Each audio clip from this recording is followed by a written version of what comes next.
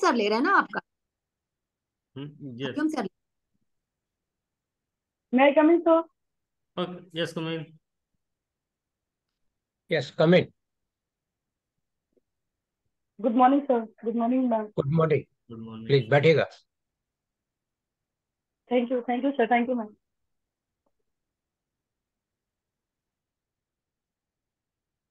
रीचा, रीचा प्रियदर्शनी रीचा, कैसे Yes, sir. Sir, आपके? Richa Priyadarshini. Richa Priyadarshini.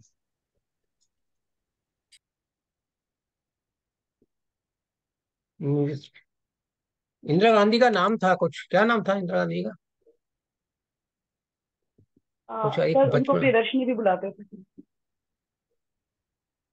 तो ये नाम पेरेंट्स ने उन्हीं से कुछ इंस्पायर होकर लिखा या बना दिया, या कुछ और कुछ हो जाए? सर ये नाम मुझे मेरी दादी ने दिया था। उस वक्त ये नहीं पता था सर कि respected late Indira Gandhi ma'am का नाम प्रियदर्शनी है। सर बाद में मुझे इसका आभास हुआ कि respected late Indira Gandhi ma'am और अशोका को भी प्रियदर्शनी बोलते हैं, तो ये मुझे बाद में पता चला सर। ये नाम मेरे दादी ने मुझे दिया है। हाँ, तो दादी जी उस जनरेशन की होंगे ना, उनको उनको उस तरह से याद है। इंदिरा गांधी के बारे में कुछ विशेषता है उनकी? उनके जो प्रधानमंत्री सर रहे उनके टाइम इंदिरा में कुछ इम्पोर्टेंट इवेंट्स हुए हैं। सर इंदिरा गांधी इंडिया की फर्स्ट लेडी प्राइम मिनिस्टर थी। और उनके टाइम में इंडिया में काफी चेंजेस देखने को मिला सर, इंटरनेशनल लेवल पे भी और पॉलिटिकल लेवल पे भी। इंटरनेशनल लेवल पे हम जो सबसे इम्पोर्टेंट चेंज देखते हैं सर, वो बांग्लादेश का फॉर्मेशन देखते हैं सर। और सर अगर इंटरनल लेवल पे देखते हैं, पॉलिटिकल लेवल पे, तो सबसे बड़ा चेंज था सर वो 42nd कॉन्स्टिट्यूशनल अमेंडमेंट और इमरजेंसी को बोलते हैं। सिक्किम के बारे में कुछ डेवलपमेंट कुछ याद करते हैं, रिकॉल कर पाएंगे? Sir Sikkim first organic state declare किया गया है सर। और सर सिक्किम ज्योग्राफिकल लोकेशन में northern eastern part of India में आता है सर। सर अभी मैं ये रिकॉल कर पा रही सिक्किम कौन सा राज्य बना था और कब बना था? सर मैं एग्जैक्ट डेट तो नहीं रिकॉल कर पा रही हूँ, बट उसको कॉन्स्टिट्यूशनल अमेंडमेंट के थ्रू इंडिया में सर उसको इंक्लूड किया गया था। 1970 के अराउंड किया गया था। सॉरी सर, मैं एग्जैक्ट डेट रिकॉल नहीं कर पा रही। कोई बात नहीं। तो इंदिरा गांधी के टाइम के आपके हिसाब से दो इम्पोर्टेंट इवेंट है। एक तो बांग्लादेश को बनाना, मतलब उसमें एक इम्पोर्टेंट योगदान रहा, और दूसरा एक नया स्टेट ऐड होना इंडिया के अंदर। सिक्किम का। तो एक बड़ी अचीवमेंट है। और 71 की वार के बारे में कुछ याद है आपको? पढ़ा है कुछ? सर 71 का जो वॉर है वो रिलेटेड था सर पाकिस्तान इंडिया के वॉर से। और सर उसी टाइम में मुक्ति वाहिनी एक सेना का गठन किया गया था, जिसका काम था बांग्लादेश में जो लोग फ्रीडम स्ट्रगल करना चाह रहे थे पाकिस्तान के लिए, उनको हेल्प करना, और उनको ट्रेनिंग भी प्रोवाइड करवाई गई थी सर। तो सर मैं इतना रिकॉल कर पा रही तो बांग्लादेश में लोग स्वतंत्र फ्रीडम क्यों चाह रहे थे, क्या वजह थी? सर जो मेन पाकिस्तान है जिसको हम लोग वेस्टर्न पाकिस्तान बोलते थे, उनका सर रिpercussion बंगालियों के ऊपर सर उनका लिंग्विस्टिक प्रॉब्लम था। वो सर इन जो बंगाली पाकिस्तानी थे उनको रिकॉग्निजेशन नहीं देते थे। और वहाँ पे सर मैं नाम रिकॉल नहीं कर पा रही हूँ, बट प्रधानमंत्री डिक्लेयर हुए थे, वो उनको एज ए अपना whole leader of Pakistan accept करने के लिए रेडी नहीं थे सर। तो ये कन्फ्लिक्ट सर वहां से स्टार्ट हुआ, लिंग्विस्टिक और लीडर रिप्रेजेंटेशन से कन्फ्लिक्ट स्टार्ट हुआ था सर। रहमान करके सर, ए मुजीब रहमान करके उनका नाम था सर, शायद मैं ये याद कर पा रही हूँ। प्राइम मिनिस्टर तो बाद में बने थे, शेख मुजीबुर रहमान। ये सर।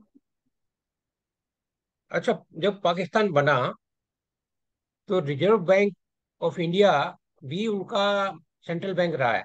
कब से कब तक मुझे याद है? सॉरी सर, मैं एग्जैक्ट डेट नहीं कर पा रही हूँ, मैं इसको देखूंगी सर। और किस कंट्री का सेंट्रल बैंक रहा reserve bank of India? Sir अभी बांग्लादेश अलग हो गया, तो बांग्लादेश का हो सकता है सर, क्योंकि उस वक्त एक पाकिस्तान था। नहीं नहीं, वो तो सर, मैं इतना ओके। ही याद कर पा रहा हूँ। ओके, आईएमईसी कॉरिडोर के बारे में बताइएगा। और सर G20 में ये IMEC कॉरिडोर को लॉन्च किया गया है सर। इसमें सर इंडिया, मिडिल ईस्ट और यूरोप को कनेक्ट करने का प्रस्ताव रखा गया है सर। इससे जो ट्रांसपोर्टेशन एक्सपेंडिचर है उसको कम करने का, और यहाँ से मुंबई पोर्ट से सर इंडिया को कनेक्ट किया गया है इटली इटली पोर्ट के से डायरेक्टली, और वो मिडिल ईस्ट के थ्रू जाएगा। इससे हम लोग एक्सपेंडिचर को भी कम करने की कोशिश कर रहे हैं, और मिडिल ईस्ट में सर इंस्टेबिलिटी को भी कम करने की कोशिश कर रहे हैं। इसमें अमेरिका भी हमारा साथ दे रहा है। और ये एक हम देख रहे हैं भाई, किसी दूसरे को हम एक कंपटीशन में आ रहे हैं, इस कॉरिडोर बनने से इंडिया को ये फायदा होगा और हम उसको किसी दूसरे कॉरिडोर को चैलेंज करेंगे। वो क्या है दूसरा कॉरिडोर? ये सर सर जो चाइना का one belt one road initiative ये स्कीम है सर। हम उसके काउंटर पार्ट में आईमेक को लॉन्च किए हैं सर। तो हम चाइना के इंफ्रास्ट्रक्चरल ग्रोथ के काउंटर पार्ट में बोल सकते हैं सर, हमारा ये एक लॉन्च है सर। और अभी जो इजराइल में वार हो रहा है, उसका इम्पैक्ट इस आईएमईसी कॉरिडोर पे आएगा? श्योर सर, हम बोल सकते हैं कि जो हमारा मिडिल ईस्ट का प्लान था, तो मिडिल ईस्ट में इजराइल और हमास वाले कन्फ्लिक्ट से एक इंस्टेबिलिटी क्रिएट हो गई है। तो उसमें हम इसका इफेक्ट देख सकते हैं सर। तो इंडिया के लिए आने वाले टाइम में एक मेजर चैलेंज के रूप में आ सकता है सर। और कोई कारण? सर जो अरबिक कंट्रीज हैं उनका सिंपैथी सर पैलेस्टीनियन से ज्यादा जुड़ा हुआ है। तो हम मिडिल ईस्ट को एक कॉमन प्लेटफॉर्म पे लेके आना चाह रहे थे। तो सर अरबिक कंट्रीज का जो कंसेंट है वो हमारे लिए आने वाले टाइम में एक चैलेंज हो जाएगा सर। क्योंकि अब अरबिक कंट्रीज का जो कंसेंट है सर, वो यूएई हो या सऊदी अरेबिया हो या ईरान हो, इराक हो, सर उनका अब इमोशनल कनेक्शन जो है वो पैलेस्टीन के टुवर्ड्स चला जाएगा। तो ये हमारे लिए एक मेजर चैलेंज के रूप में सामने आएगा।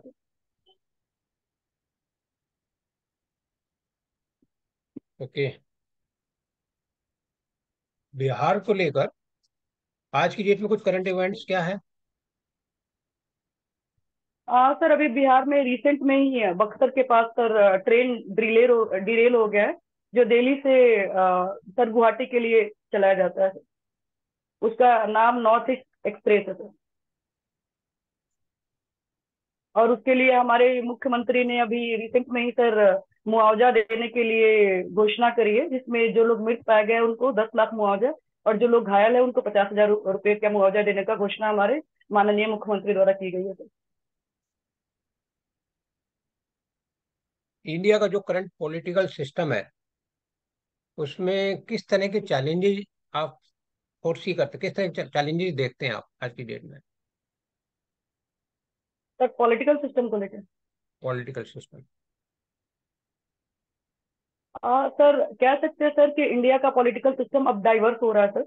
हम लोग डेवलपमेंटल पॉलिटिक्स के टुवर्ड्स ज्यादा फोकस कर रहे हैं सर।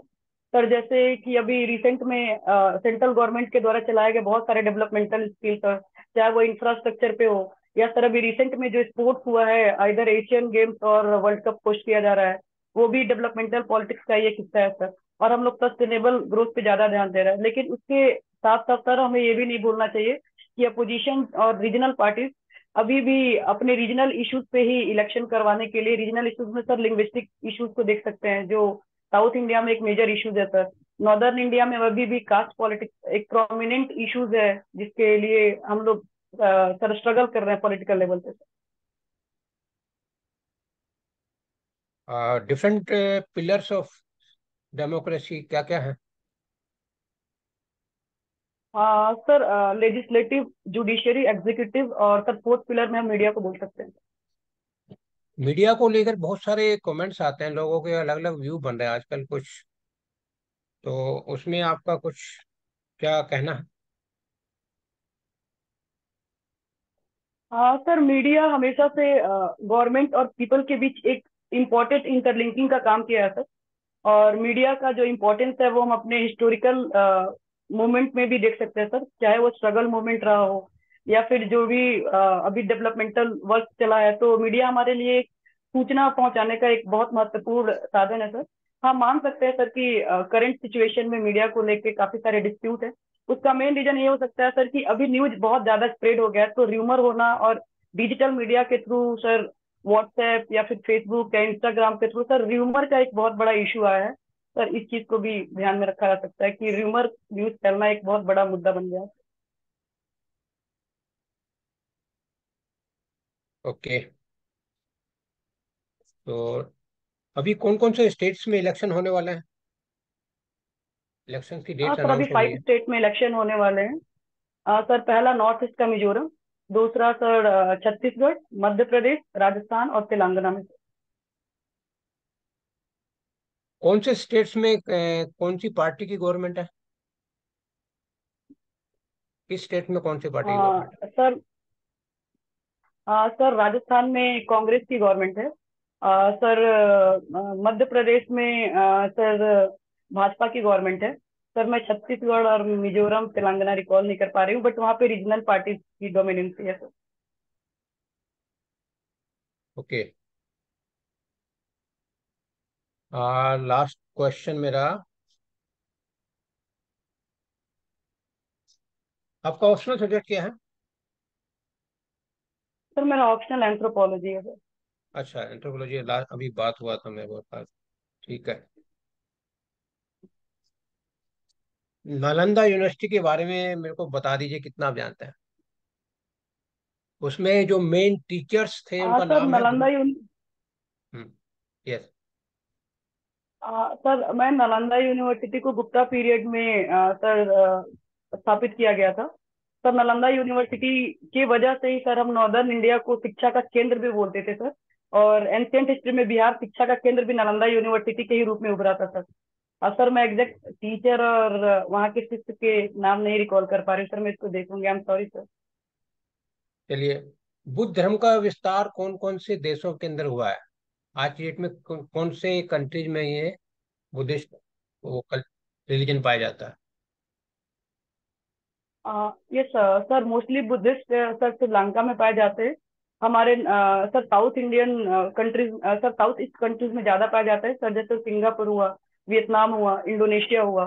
सर उसके साथ साथ तिब्बत में भी बुद्धिस्ट की ज्यादा पॉपुलेशन है सर। ये मान सकते हैं सर कि ये बुद्धिस्ट स्टेट है sir, specially north east of Asia sir, Buddhist countries का सर सबसे मैक्सिमम प्लेसेस है। Okay, thank you Neena ji. Thank you sir. Okay. Good morning Richa, कैसे हैं आप? Good morning, good morning ma'am. Ma'am मैं ठीक हूँ मैम, आप कैसे हैं? बहुत बढ़िया। Thank you so much. अच्छा, रिचा मुझे ये बताइए, राजतंत्र और ब्रिटिश प्रशासन भारत के लिए कौन बेहतर है? मैम राजतंत्र और ब्रिटिश प्रशासन, मैम अगर राजतंत्र अपने ही देश के, यस मैम, अगर राजतंत्र अपने देश के राजा के द्वारा चलाया गया है, तो मेरे हिसाब से मैम कि वो जो राजा होंगे वो अपने कंट्री के होंगे, अपने कंट्री के इश्यूज जानेंगे, अपने कंट्रीज के लोगों से कनेक्टेड होंगे, उसके कल्चरल वैल्यू को जानेंगे, उनके इमोशनल वैल्यू को जानेंगे। और ब्रिटिशर्स का जो मेन काम था मैम, वो यहाँ पे इंडस्ट्रियल और इकोनॉमिक ड्रेन का था मैम। तो मेरे हिसाब से मैम राजतंत्र ज्यादा बेहतर था एज कम्पेयर टू ब्रिटिशर्स में। आपको ऐसा नहीं लगता कि जो राजतंत्र में है उसमें एक लिमिट प्रोग्रेस है, लेकिन ब्रिटिश में बहुत सारे नए नए टेक्निक्स के साथ ही प्रोग्रेस ज्यादा, स्कोप ज्यादा है? आपको ऐसा नहीं लगता? मैम ये कह सकते हैं कि ब्रिटिश के पास टेक्नोलॉजिकल डेवलपमेंट ज्यादा था, तो इंडिया में टेक्नोलॉजी का स्प्रेड हुआ। बट इससे भी नहीं मुकरा जा सकता है मैम कि उन्होंने जो भी टेक्नोलॉजिकल डेवलपमेंट किया या फिर इंफ्रास्ट्रक्चर डेवलपमेंट किया, वो इंडिया के नेचुरल रिसोर्सेज को हैरस करने के लिए किया था, और इंडिया को सिर्फ एक एड कंट्री बनाने के लिए किया था, और एक इम्पोर्टेड कंट्री, और उनके लिए वो इंडिया सिर्फ मार्केट था मैम। उन्होंने जो भी ग्रोथ किया था वो अपने फायदे के लिए किया था मैम, इंडिया के डेवलपमेंट और इंडिया के लिए नहीं किया था। ये तो पर्टिकुलर एक इमेज हो गया ना कि उन्होंने फायदे के लिए किया था, लेकिन आपके पॉइंट ऑफ व्यू से अगर ये फायदा उनके लिए ना हो, ये एक जनरल प्रिडिक्शन में देखा जाए तो क्या है? क्या आपको लगता है कि अगर मैम ऐसे तो राजतंत्र में मैम हम अशोका को भी एक बहुत बड़े राजा के रूप में देखते हैं मैम। तो अशोका के राज्य में भी, या फिर हम गुप्ता एम्पायर को भी देखते हैं मैम, कनिष्क को भी देखते हैं। तो उन्होंने इंडिया का मैम एक इमेज वर्ल्ड लेवल पे बहुत अच्छा बनाया था। तो हमें अपने उस राजाओं पे गर्व होना चाहिए, ना कि ब्रिटिशर्स के द्वारा जो हमें ये ह्यूमिलिएट किया गया, उस शासन पे गर्व करना चाहिए। अच्छा, ये राज्यसभा और ये लोकसभा का अगर एक साथ चुनाव हो जाए तो क्या हो? Yes ma'am. Ma'am, one nation one policy, one nation one election policy हाल में ही गवर्नमेंट ने लॉन्च किया है मैम। तो इसको अभी कमिटी रिव्यू के लिए और पब्लिक रिव्यू के लिए पब्लिक के बीच में रखा गया है। मैम, मेरे हिसाब से इसके फायदे हैं मैम। अगर एक साथ इलेक्शन होता है लोकसभा और विधानसभा का, तो इससे बहुत सारे एक्सपेंडिचर कम हो सकते हैं मैम। और मोस्ट ऑफ द टाइम हम देखते हैं इंडिया में कि इलेक्शन कंटिन्यूअसली होते रहते हैं। इससे डेवलपमेंट पॉलिटिक्स कम और इलेक्शन और वोट पॉलिटिक्स ज्यादा होती है। तो उससे हम बच और, सकते हैं मैम। और एक और टाइम इलेक्शन नुकसान, होने से एक्सपेंडिचर भी कम हो सकते हैं हाँ, जो लॉन्च मैम। किया नुकसान मैम, नुकसान ये है कि जो रीजनल मुद्दे हैं मैम, वो दब जाएंगे और नेशनल मुद्दे ज्यादा रहेंगे, जिससे रीजनल पार्टीज का इंपॉर्टेंस कम हो सकता है मैम। और मैम, जो फेडरलिज्म, हमारा फेडरलिज्म का कॉन्सेप्ट है, हम इसके ऊपर भी एक ये देख सकते हैं कि जो हमारा रियल फेडरलिज्म है, वो रियल फेडरलिज्म से कम और यूनिटरी सिस्टम के टुवर्ड्स ज्यादा लीनियंट हो जाएगा। तो ये एक और मैम, लॉजिस्टिक कॉस्ट भी एक ह्यूज इलेक्शन करवाना है पूरे इंडिया में। इसके लिए एक टाइम पे ह्यूज लॉजिस्टिक कॉस्ट अरेंज करना भी एक इम्पोर्टेंट चैलेंज होगा मैम एग्जीक्यूटिव के सामने। अच्छा, ये बताइए कि जो ये बाल श्रम से संबंधित कानून है, क्या है? मैम, एक चाइल्ड लेबर एक्ट आया है, जिसमें मैम 14 प्लस से कम लोग, बच्चे, कम उम्र के बच्चों को मैम, जो डेंजरस इंडस्ट्रीज हैं लाइक पटाखा इंडस्ट्री या फिर कालीन इंडस्ट्री में, इसमें काम करने से मना किया जाता है मैम। वही कब एक आया 18 प्लस से। आया कुछ मेंशन हो सकता है? सॉरी मैम, मैं एग्जैक्ट डाटा नहीं रिकॉल कर पा रही मैम, मैं इसको देखूंगी। I am so sorry ma'am. Okay, कोई बात नहीं। अच्छा, जो इतिहास, हिस्ट्री हिस्ट्री के बारे में थोड़ा क्वेश्चन कर सकती हूँ? Sure ma'am, sure. तो जो उसकी जो स्वर्ण काल की अवधारणा थी, वो क्या, किस काल में स्वर्ण काल किसको कहते हैं? कुछ आइडिया है? Yes ma'am. मैम, हम गुप्ता पीरियड को इंडिया के हिस्ट्री का स्वर्ण काल बोलते हैं मैम, क्योंकि गुप्ता पीरियड में मैम सबसे ज्यादा, हम बोल सकते हैं, संस्कृति का डेवलपमेंट हुआ था मैम, जो इंडिया के लिए स्वर्ण काल के रूप में देखा जाता है मैम, जिसमें हम लोग आर्ट एंड कल्चर का, टेम्पल आर्किटेक्चर का सबसे ज्यादा डेवलपमेंट देखते हैं।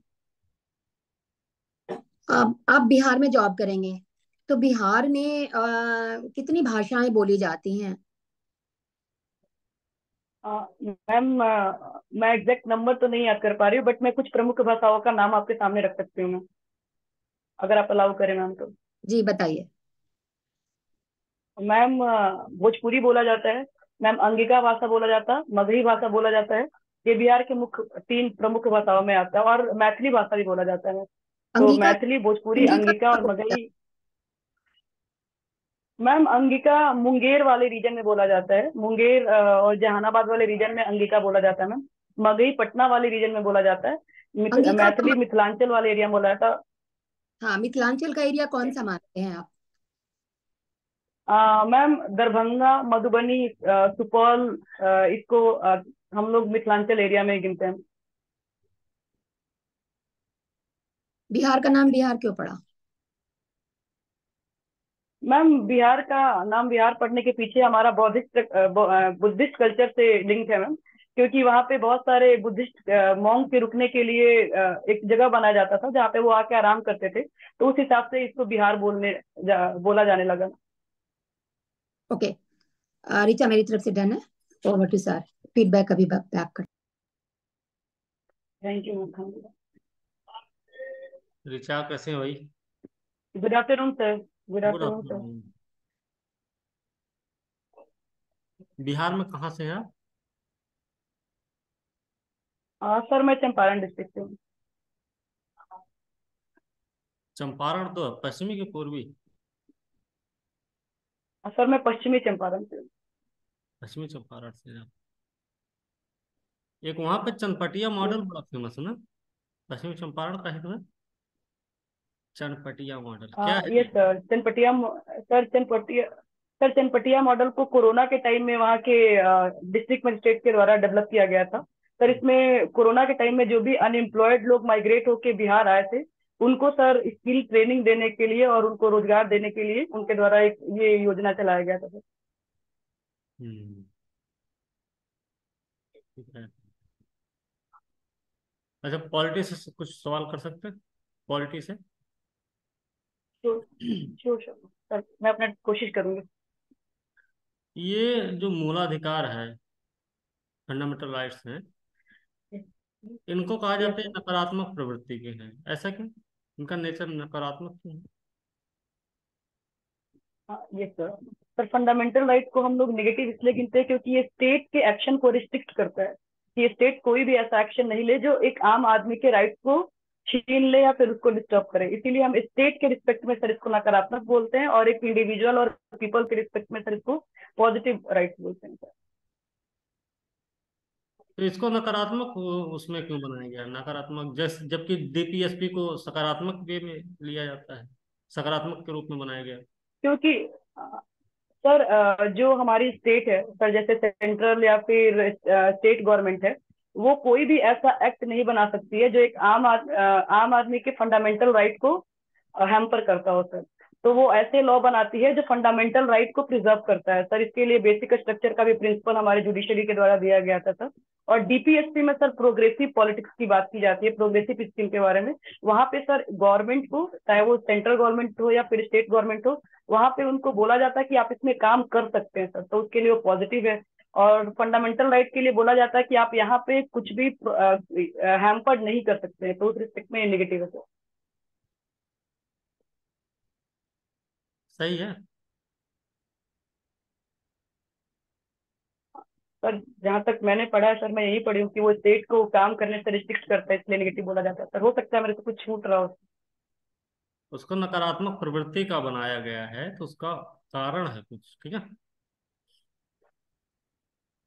समाज में यस चहुमुखी सर। विकास संभव हो सके, इसके लिए, बात समझे? मूलाधिकार इसलिए यस निगेटिव सर। तरीके से उसको बनाया गया, तैयार किया गया है, ताकि हम अपना अधिकार का यूज करते हुए आपके अधिकार का हनन ना कर पाए, ठीक है। ये बात है इसमें। ओके, ये बात। ओके, हम्म, ध्यान रखना। अभी थैंक मैं यू सर। पूछी थी लोकतंत्र के बारे में, आपसे ना बात की थी। ये लोकतांत्रिक गणराज्य क्या है? हाँ सर, लोकतांत्रिक गणराज्य में जो हेड ऑफ स्टेट होते हैं सर, वो पीपल के द्वारा इलेक्टेड होते हैं। और सर रिपब्लिक में जो हेड ऑफ स्टेट होते हैं, वो इनडायरेक्टली पीपल के द्वारा इलेक्टेड होते हैं। हेड ऑफ स्टेट और head of government. Government sir, ये सर। ओके। अच्छा, मूलाधिकार को ना वो मैग्ना कार्टा कहते हैं, क्यों? सर ये फ्रेंच वर्ड से मैग्ना कार्टा वर्ड लिया गया है सर, हम्म। जिसमें फ्रेंच में सर राइट को मैग्ना कार्टा बोलते हैं सर, उस रिस्पेक्ट में हम मैग्ना कार्टा बोलते हैं।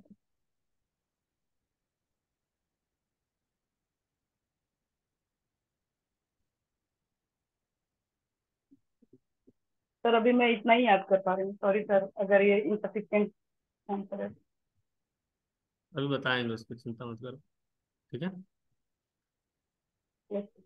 हम्म। अच्छा, आप हमें बता सकते हैं कि राष्ट्रपति के कुछ परिस्थितीय विवेकाधिकार हैं? संवैधानिक नहीं पूछ रहे हैं, चिंता मत करना, सिर्फ परिस्थितीय विवेकाधिकार की बात कर रहे हैं। तो आप हमें बता सकते हैं उसके बारे में? सर पॉकेट वीटो होता है सर, जिससे राष्ट्रपति के पास अपना डिस्क्रिशनरी पावर होता है कि वो कब तक उस पे असेंड कर सकते हैं। सर दूसरा सर शेड्यूल ट्राइब्स एरिया के बारे में भी ये देखा जाता है कि वो राष्ट्रपति का अपना डिस्क्रिशनरी ये पावर है, उसके लिए कोई संवैधानिक फिक्स लॉ मेंशन नहीं है। संवैधानिक विवेकाधिकार है, ये सब संविधान ने दे रखा है, तुम भैया कुछ भी करो, कोई रोकेगा नहीं आपको। हम परिस्थितीय Yes, sir. विवेकाधिकार पूछ रहे हैं आपसे। हम्म। सर सिचुएशनल, हम्म। सर सिचुएशनल, सर मैं समझ नहीं पा रही हूँ क्वेश्चन। जैसे आपसे बोला जाए, सॉरी सर। अभी आपसे बोला जाए कि आपको भूख बहुत ज्यादा लग गई है, लेकिन एक ही रोटी है, उसी में आपको भी खाना है, आपका भाई भी बगल में बैठा उसको भी खा लेना है, तो दोनों लोग आधी आधी रोटी खा लो, ये आपका सिचुएशनल है। वैसे पेट तो पूरा खाली है ना, तो अधिकार, मूलाधिकार आपका पेट भर के खाना खाएंगे, लेकिन कंडीशन ये है कि आधी रोटी खा पाएंगे। वो कंडीशनल की बात करें, परिस्थिति विवेकाधिकार क्या है। और सर मैं कुछ देर का समय ले सकती हूँ सोचने के लिए, क्योंकि मैं सर रिकॉर्ड नहीं कर पा रही हूँ अभी। ले लो ले लो।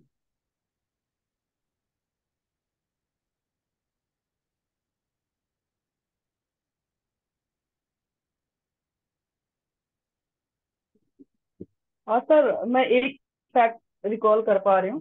सर, जब किसी स्टेट का राज्यपाल कोई बिल राष्ट्रपति को ये देता है सर, परिस्थिति है, तो वो वो भी राष्ट्रपति के पास संवैधानिक है अपना। बच्चे, वो भी संवैधानिक है, रहने दो, अभी हम बताएंगे। सॉरी सर, मैं यही याद कर हम्म, पा रही हूँ सर, सॉरी सर। मेरे को उसमें रिकॉल सर, कोई मैं बात अभी नहीं, यही याद कर पा कोई बात नहीं। जी मैं जी सर, हमारी तरफ से हो गया। थोड़ा सा लेकिन ध्यान रखना अभी ऋचा, ठीक है, ये सब फैक्ट्स हैं अच्छे खासे हैं, अभी बताते हैं, ठीक है। रही हूँ। ऋचा जी, ऋचा जी आपने बात की थी बुद्धिस्ट वाले, हम बात कर रहे थे ना, तो 7 यस कंट्रीज हैं जहाँ बुद्धिस्ट, जो बुद्धिज्म है वो मेजर रिलीजन है। और उसमें okay Cambodia, Thailand, Myanmar, Bhutan, Sri Lanka, Laos और मंगोलिया, यहाँ पर मेजोरिटी का जो रिलीजन है वो बुद्धिज्म है। बाकी भी जापान, चाइना और बहुत सारे तिब्बत है, ये सब इतने सारे कंट्रीज हैं, यहाँ पर एक मेजर रिलीजन है, एक बड़ा रिलीजन, बड़े लोग, बड़े भाग में लोग इसको फॉलो करते हैं। ठीक है। और यस सिक्किम का था वो 1975 में 22nd स्टेट बना था। तो सर, डेट मुझे की बात करें तो 1975 और 1966 में कंफ्यूजन हो रहा था, तो इसलिए मैंने सॉरी बोल दिया था सर, कि हाँ, अगर मेरे से कोई नहीं कोई मतलब। गलती हो गया तो। और वैसे मैं देख रहा हूँ लास्ट टाइम और आज में थोड़ा इम्प्रूवमेंट है, अच्छा इम्प्रूवमेंट है, गुड चेंज। और मैं कोशिश किया थैंक यू कि सर, पिछली थैंक यू। बार जो है वो रिपीट ना हो, आपको कुछ नया मटेरियल मिले, कुछ नई थोड़ा सोचने का वो आपको मिले। तो डूइंग वेल, बढ़िया है। और आपका जो एक्सप्रेस करने का तरीका है, वो चीज़ों को जो आप एक्सप्लेन करते हैं, दैट्स गुड। मतलब आपकी एज और उसके लेवल के हिसाब से it's quite okay, very very okay, मतलब तो कोई इशू नहीं है। अभी कुछ टाइम है आपके पास, मेन इंटरव्यू कब है आपका? ये सर, सर मेरा 19 को है सर। 19 पर। तो ठीक है, कुछ थोड़ा सा करंट इवेंट पे अपडेट रखें अपने आप को। और चीज़ों को, जैसे अभी थोड़ी देर पहले आप भी थे जब वो अखिलेश के बारे में, अखिलेश से हम बात कर रहे थे करंट इवेंट्स को लेके, और उनको इम्पैक्ट्स को लेके, क्या असर होता है इन चीज़ों का, वो एनालाइज करें, तो वही चीज़ आपके पास, आपके लिए भी है। ठीक है। Thank you Neena ji. Thank you sir, thank you sir. Welcome.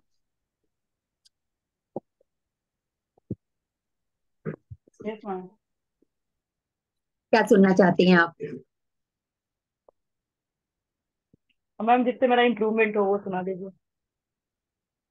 Neena जी मेरा को चाहिए कि इनका सिलेक्शन हो गया, ये सुनना चाहते हैं। मैंने ओके कर दिया आपको। थैंक यू मुझे मैम, तो थैंक यू मैम। पर्सनल मेरी जो आप लोग के आशीर्वाद की जरूरत पड़ेगी मैम सर। एकदम है, मेरी मेरी जो पर्सनल व्यूज हैं, मैंने जो गेस किया वो मैं बता रही हूँ। आपकी नॉलेज हर जगह है, थोड़ा सा आपकी जैसे 19 को एक दिन पहले जाके अनुराग जी से थोड़ा डिस्कशन कर लीजिए। पॉलिटी में थोड़ा सा आपका गड़बड़ हो रहा है, तो दैट इज नॉट बिग। क्यों? क्योंकि देखिए आपका जो सब्जेक्ट है उस पे मैम, मुझे पॉलिटिक्स रिवाइज भी करना है मैम। हाँ, उसी पे आपको थोड़ा सा करना है, डाटा पे ज्यादा मत फंसिए। और मुझे क्या लग रहा है, जैसे जैसे डेट यस पास आ रहा है, थोड़ा सा क्वाइट नर्वस हो रही है। बहुत अपने आप को कंफ्यूज नहीं करना है, बहुत सब डाटा में नहीं फंसिए। ठीक है? जितना नॉलेज है उसी को आप घुमाइए। पैनल पे 4 लोग होंगे, चारों डिफरेंट डिफरेंट पूछेंगे। एक तो आपके सब्जेक्ट से है, उसमें तो आप एकदम से निकालेंगे। दूसरा जो प्रेजेंस ऑफ माइंड है उससे आप निकालेंगे। पॉलिटिक्स में थोड़ा सा डाटा वाटा वाला जो चीजें हैं उसमें मे बी कि अगर कोई पुरानी चीज, जैसे मैंने जो क्वेश्चंस किया था जिसको कि फिर अनुराग जी ने रिपीट किया, पर ठीक है, ये कोई मतलब चूंकि हम चाहते हैं आपका 100% परफेक्ट हो इसलिए, ठीक बिल्कुल है। मैम, बिल्कुल, नो लेकिन प्रॉब्लम।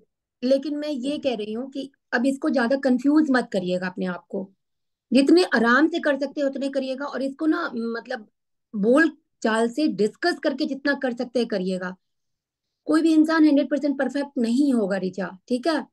तो जो है उसको बस प्लेसिंग में आप थोड़ा सा ध्यान रखिएगा, जल्दबाजी नहीं करिएगा, क्योंकि जैसे जैसे करीब आता है ना तो फिर हम पुरानी चीजें भूलते जाते हैं और एकदम से नर्वसनेस में ना अपने नई चीज को याद कर लेते हैं, वो नहीं करना है ऋचा। तो एकदम थोड़ा सा अपने आप को बैलेंस में रखिए, और आपको ये कॉन्फिडेंस रखना है कि मुझे पता है, और जहाँ पे आपका थोड़ा सा डमाडोल सा हुआ आप उसको कर लीजिए और कर लीजिएगा। ये नहीं कि अब ये जरूरी थोड़ी है कि जो हमने पूछा वही पूछेंगे, वहां तो पता नहीं क्या पूछेंगे। तब तक अगर कोई नया जीके जीएस हो जाएगा तो वो बोल देंगे। न्यूज़पेपर श्योर जरूर मैम, श्योर मैम। पढ़ न्यूज़पेपर का वो जरूर एक दो चीज पूछेंगे करंटली, जनगणना का है, यस इलेक्शन का, ये सब चीज का रखिएगा। बाकी मेरी तरफ से ओके ऋचा, बस नर्वस नहीं होना है आपको। तो आज मुझे थोड़ा सा लगा कि थोड़ा मैम, सा आज मैं नर्वस दिख रही थी क्या?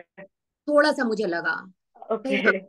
हाँ, पुराने में ओके आप मैम, मैं इस कॉन्फिडेंट पे थी, काम अभी करूंगी। वाले, हाँ अभी वाले में आपको लग रहा था जैसे थोड़ा सा फियर मैम, आ रहा।